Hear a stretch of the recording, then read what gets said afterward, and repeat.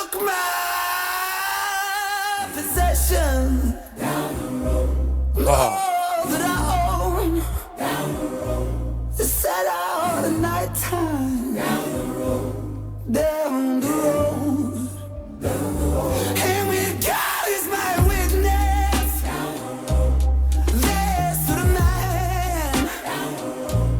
Dressed in the shadows down the road. With blood on his hands. This is amazing. This is great. There was something so familiar about it. A certain kind of aura pouring all around him. Looking fresh to death, his suit, it was astounding. I caught his eye and then I felt like I was drowning. Down the road. Standing at a crossroad and the dull glow of the lit bowl flickers silently, quietly tiptoed on the long road. And the man spoke to me quite excitedly. Hello, dear friend, no. And he tipped his hat and he smiled invitingly. Who knows why you felt this, but I felt like someone lit a fire in me. Burning, I felt my stomach churning, I turned and I tried to find the word and concerned. And the feeling disconcerting, it's strange, but I felt this weird yearning, a craving for something that was urging me over. And then to start conversing, I reached out my hand, he shook it during. He leaned in and said something disturbing. All I gotta know is your desires. Is it fame or fortune you aspire?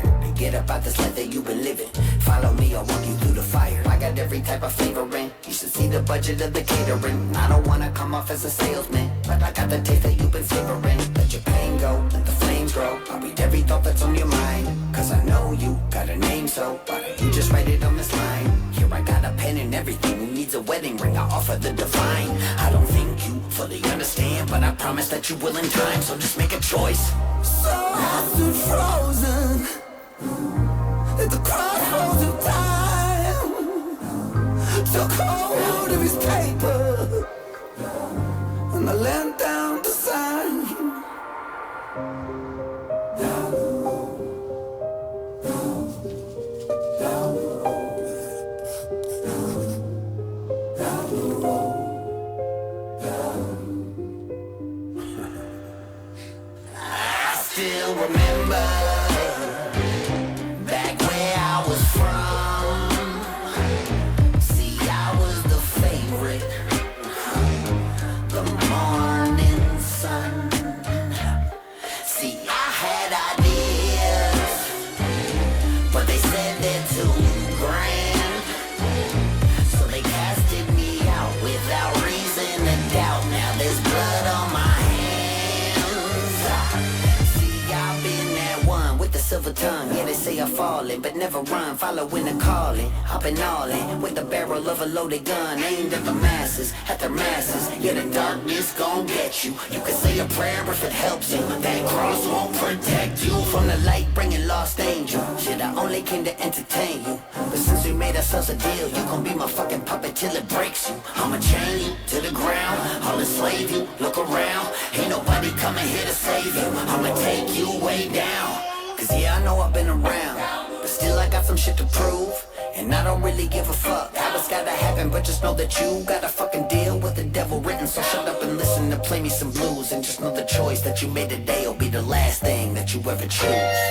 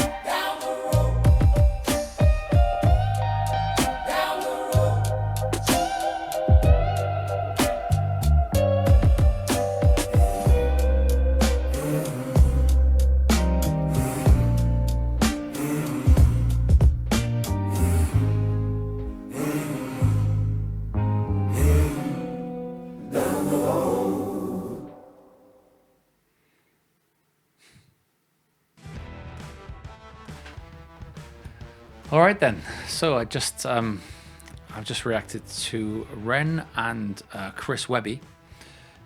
Chris Webby I've never heard of before, but Ren is one of my favorite ever artists. And I listened to a song called Down the Road. To begin with, I thought the song was called Impatient, but now I'm starting to see that the song must have been called Down the Road because it just repeated the words down the road throughout it. And there wasn't much about being an inpatient in there. So impatient must refer to something else. And I got to be honest, within 5 seconds of that song starting, I had goosebumps. So I had goosebumps on my arms and on my legs and stuff. Just like that sort of bluesy feel with respect to the beat, but with respect to like Ren's raspy sort of voice. I don't know. I really, really enjoyed it. I really enjoyed it. But then like, I enjoyed the cartoony style to it. Do you know what I mean? It almost felt like, what's his name? Like a Burton film. What's the one with those characters? It felt like eerie. The way that the visuals were presented were really eerie. And then there was a story that was happening with it as well, that I assume has been Ren's experience of the music industry. This idea that, you know, like you're this sort of person and you're free creatively to do the things that you want to do, and then someone comes along and says, yeah, we'll give you a load of money to do this, and you go, brilliant, I'm gonna take all the money, and then all of a sudden you found yourself in a prison. You found yourself strapped down. You find yourself told what you can do creatively and not, and whatnot. And then he said something like, but he had ideas. He was a golden boy, and then he had ideas, and people didn't like those ideas. They wanted the formula of what works, the formula of what makes money. That's what they wanted. And Ren didn't give him that, and then he got dumped, and that was probably the most useful thing that ever happened to Ren, right? Because like as a result of not being attached to a music label, he can do what he wants. And as a result of doing what he wants, we get to experience that specialness that we just saw. All of the wonderful things that Ren has done, all of the creative stuff that comes out of his head, he hasn't got some music producer or music company going, oh no, that's a bit risky, we're not going to go there, you know. And so he's free. And I guess maybe the song was about how a lot of people aren't free because usually they need the money, like otherwise how else can they survive?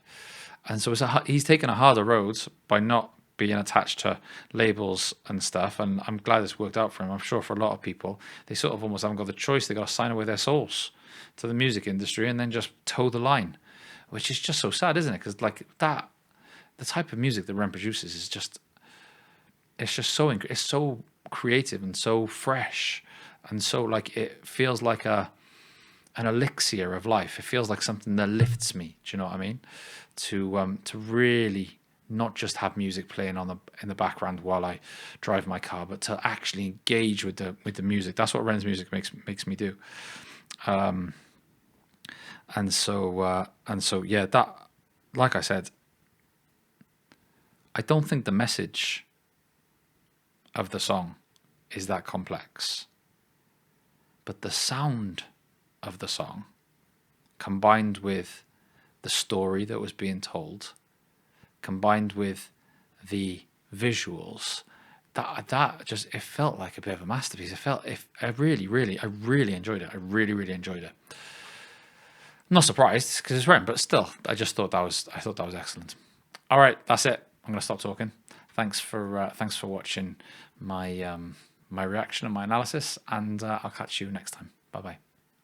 So you'll know that I'm a psychologist, and you might know that I've written a few books. There are links in the description. My favorite book of the books that I've written is called The Unbreakable Student, and it is a mental health guide for university or college students between the ages of 18 and 21. But the thing that I'm most proud of is a project called Connect, which is a well-being curriculum, a 250-hour intervention for young people between the ages of 4 and 11 to be delivered by teachers or teaching staff. It's totally free. There's that amount of psychological intervention, totally free. All you've got to do is sign up. You won't be asked for any payment details. You won't be asked to pay anything. It'll take like 2 or 3 minutes to sign up, and all of a sudden you'll have access to this whole curriculum. It's aimed mostly at teachers, teaching staff, head teachers, people in education, but also maybe some parents out there might find some use in gaining access to these materials. I hope you like it.